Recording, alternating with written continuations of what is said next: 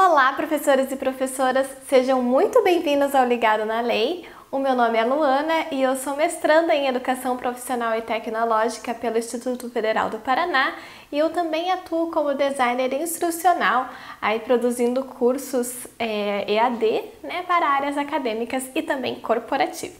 Então, pessoal, como nós vimos, nos vídeos anteriores, a lei de direitos autorais, ela é antiga e ela é bastante restritiva, Mas o que eu vou contar para vocês hoje é que existem algumas possibilidades aí que foram sendo criadas por uma grande comunidade e que fundou, os recursos educacionais abertos, os REAs, que nós chamamos, e as suas licenças.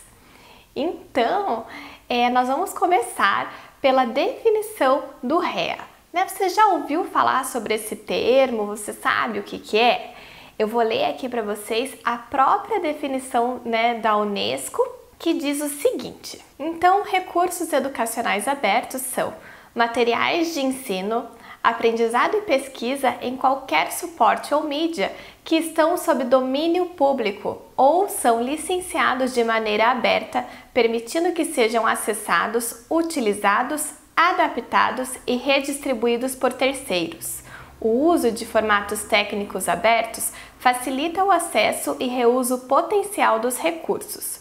Os REAs podem incluir cursos completos, partes de cursos, módulos, guias para estudantes, anotações, livros didáticos, artigos de pesquisa, vídeos, instrumentos de avaliação, recursos interativos como simulações e jogos de interpretação, bancos de dados, software, aplicativos, incluindo versões para dispositivos móveis e qualquer outro recurso educacional de utilidade.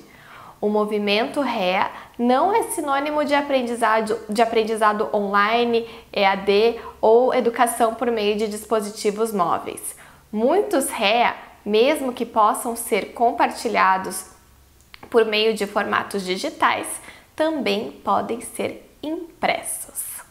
Ou seja, pessoal, a lógica aí, dos recursos educacionais abertos, ela tem base em compartilhamento de conhecimento de forma colaborativa, apresentando então um incentivo à produção aberta, podemos dizer assim.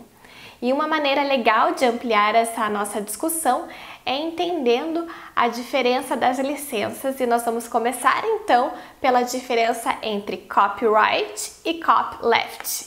O copyright é representado por esse símbolo aí, é um símbolo internacional muito conhecido na internet, eu tenho certeza que vocês já viram ele por aí, e ele possui a função de indicar que autores de obras originais têm pleno direito de domínio do seu conteúdo.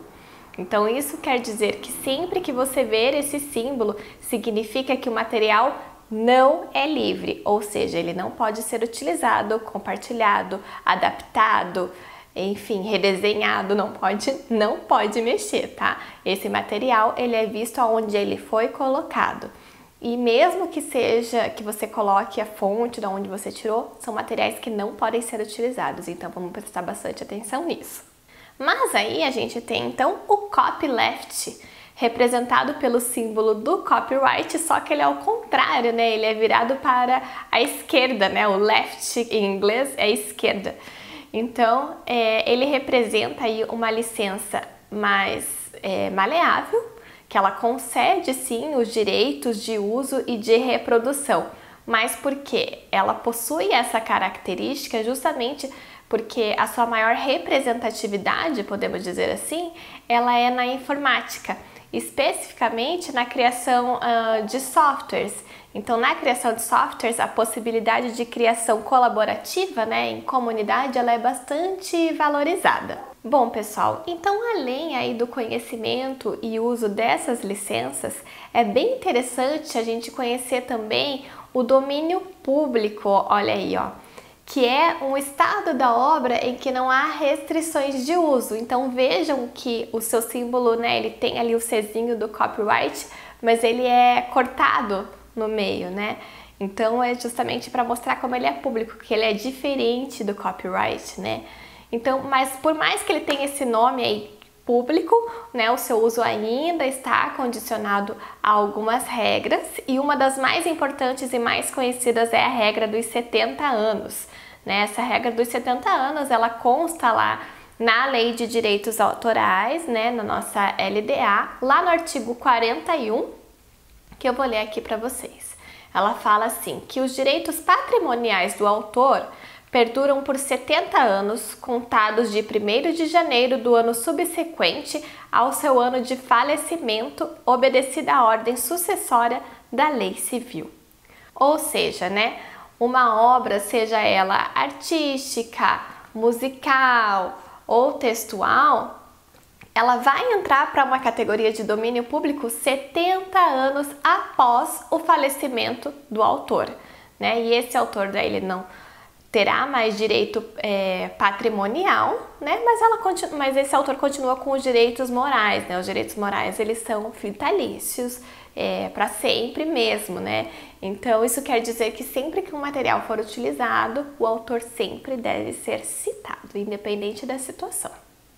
E olha só que legal, em 2014 foi lançado o portal Domínio Público, que é uma biblioteca com um acervo de mais de 123 mil obras, sendo a maior biblioteca virtual do Brasil, né? Esses dados aí, eles são um pouquinho mais antigos, mas o portal fornece essa possibilidade de acesso a qualquer obra que esteja em domínio público ou que seja devidamente autorizada a sua divulgação de forma gratuita. E eu vou deixar aqui na descrição o link da biblioteca virtual para vocês terem acesso. Pessoal, outro exemplo nesse sentido é o Creative Commons, que eu tenho certeza que vocês também já viram por aí.